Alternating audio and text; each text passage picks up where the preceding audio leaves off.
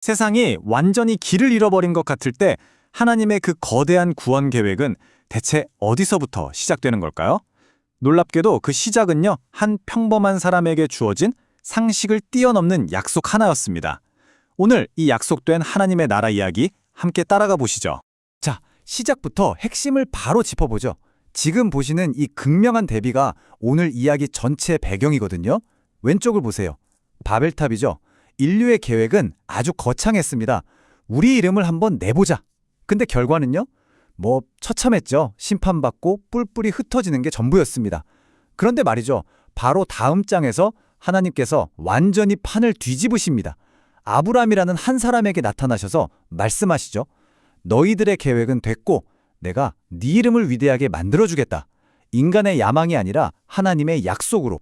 바로 여기서부터 성경의 거대한 이야기가 새로운 방향으로 흘러가기 시작하는 겁니다.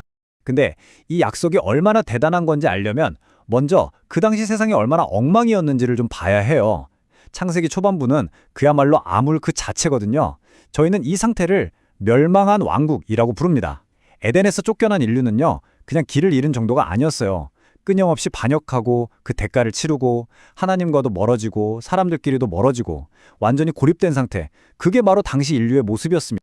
그리고 성경은 이 부분을 아주 분명하게 짚고 넘어가요. 계속해서 강조하죠. 창세기 앞부분에 저주라는 단어가 무려 5번이나 나옵니다. 뱀에게, 땅에게, 가인에게. 그러니까 저주라는 단어가 타락한 세상을 딱 정의하는 키워드가 되어버린 거죠. 세상은 그냥 근본부터 망가져서 저주 아래 놓여 있었던 겁니다. 그러다 창세기 12장이 딱 시작되면서 분위기가 확 바뀝니다. 이 캄캄한 어둠 속으로 하나님께서 한 줄기 빛을 비추시는 거죠. 근데 이게 거창하고 화려한 기적이 아니었어요. 오히려 아주 조용하고 지극히 개인적이고 정말 파격적인 약속을 통해서였습니다. 그것도 전혀 예상치 못한 한 사람에게요. 하나님의 위대한 개입, 그 시작은 아브라함이라는 사람을 부르시는 거였죠. 여기서 진짜 놀라운 건 아브라함이 무슨 대단한 영웅이 아니었다는 점이에요. 성경을 보면 그는 우르라는 동네에서 우상을 섬기던 사람이었습니다. 그러니까 스펙이 좋아서 뽑힌 게 아니라는 거죠. 이건 순전히 하나님의 은혜였습니다. 온 세상을 구원하는 그 거대한 계획이 이렇게 평범하다 못해 우상이나 섬기던 한 사람, 그리고 그의 가족에서 시작된다는 겁니다. 그리고 이 대칭 구조, 정말 기가 막히지 않나요? 망가진 세상을 정의했던 5개의 저주, 기억나시죠? 하나님께서 바로 그 5개의 저주에 맞서서 5개의 축복으로 정면 돌파를 하시는 거예요. 이건 아주 의도적인 반격입니다. 말 그대로 저주와의 전쟁을 선포하신 거죠. 그리고 그분의 무기는 바로 축복이었던 겁니다. 그러니까 이 약속은요, 일종의 회복을 위한 청사짐 같은 겁니다. 망가진 것들을 하나하나 제자리로 돌려놓는 작업인 셈이죠. 사람들이 뿔뿔이 흩어졌다고요? 걱정 마라, 내가 큰 민족을 만들어 주겠다. 에덴 동산을 잃어버렸다고요? 괜찮다, 내가 새로운 땅을 주겠다. 하나님께 반역했다고요? 이제 믿음으로 새로운 관계를 시작하자. 그리고 그 모든 것을 뒤덮었던 저주는 이제 온 세상을 향한 축복으로 바뀔 것이다. 이런 식인 거죠. 근데 솔직히 한번 생각해 보세요. 인간적으로 보면 이 약속 너무 비현실적이지 않나요? 아브라함은 나이가 많았고 안에 사라는 아이를 낳을 수 없는 몸이었습니다. 아니, 어떻게 이런 사람이 큰 민족의 조상이 되겠어요? 여기서 핵심 질문이 바로 이겁니다. 이 약속의 보증은 대체 뭘까요?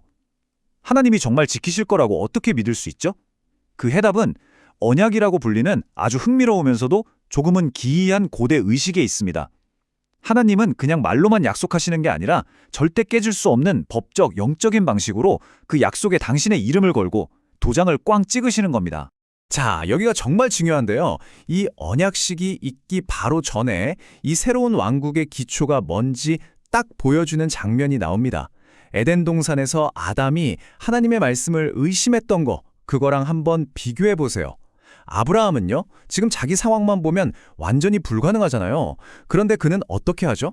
그냥 하나님을 믿습니다. 그리고 바로 그 믿음 하나가 그에게 의로움으로 인정받게 되는 거죠. 이게 바로 에덴에서의 실패를 정면으로 뒤집는 순간입니다. 그리고 이제 하나님께서 이 약속을 공식적으로 아주 독특한 방식으로 도장 찍으십니다. 당시 언약식에서는 보통 약속 당사자 둘이 쪼갠 동물 사이를 같이 걸어갔어요. 일종의 내가 약속 어기면 이 동물처럼 될 거다라는 무시무시한 맹세였죠. 그런데 여기서 정말 이상한 일이 벌어집니다. 아브라함은 깊이 잠들게 하시고 하나님 혼자서 연기 나는 화로의 모습으로 그 사이를 지나가시는 거예요. 이게 무슨 뜻이겠어요? 하나님께서 이 약속이 깨졌을 때 모든 책임, 모든 저주를 혼자 다 짊어지시겠다는 겁니다. 그러니까 이 약속은 아브라함이 뭘 잘하느냐에 달린 게 아니라 처음부터 끝까지 하나님의 신실하심에만 달려 있었던 거죠. 정말 엄청나지 않나요? 자, 그런데 이렇게 엄청난 약속이 주어졌다고 해서 다음날 바로 모든 게 이루어졌을까요? 천만에요. 전혀 그렇지 않았습니다. 사실 아브라함과 그의 자손들은요, 그 후로 몇 세대에 걸쳐서 아주 이상한 긴장감 속에서 살아가야 했습니다. 약속은 받았는데 현실은 전혀 걸지 않은 그 이미 그러나 아직 아닌 상태 말이죠. 한번 생각해 보세요. 아브라함, 이삭, 야곱. 이 사람들 다 약속의 땅에서 살았거든요. 근데 자기 소유의 땅은 거기 없었어요. 그냥 나그네처럼 텐트 치고 살았던 거죠.